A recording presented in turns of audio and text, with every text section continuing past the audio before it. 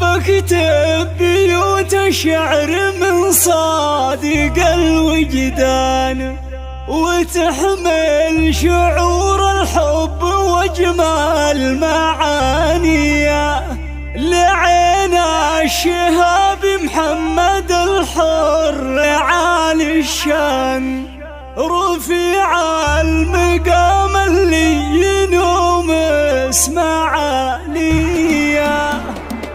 بكتب بيوت الشعر من صادق الوجدان، وتحمل شعور الحب واجمال معانيه عين الشهاب محمد الحر عالي الشان، رفيع المقام اللي ينوم اسمع عليا. كفو والكفو يستاهل المدح والقفان، محمد يشوش الراس لاقى طاريه، وبالطيب والفزعات ومجمل الخلان، مخاول كبار اللي بعيدها قاويها. هذا محمد الشهاب شيخ ولد شيخان، بالطيب والمدات كفه نداويه، وربعها الشهاب عزوة كلهم شيخان. اهل الموقف المشهود روس الكباريه، وفي زوجته بنت الحسب نكتب الاوزان. هذه عايشه القاسميه السنافيه، وهي شيخه بنت شيوخ عز وطوال ايمان، وهي للسنع والطيب والجود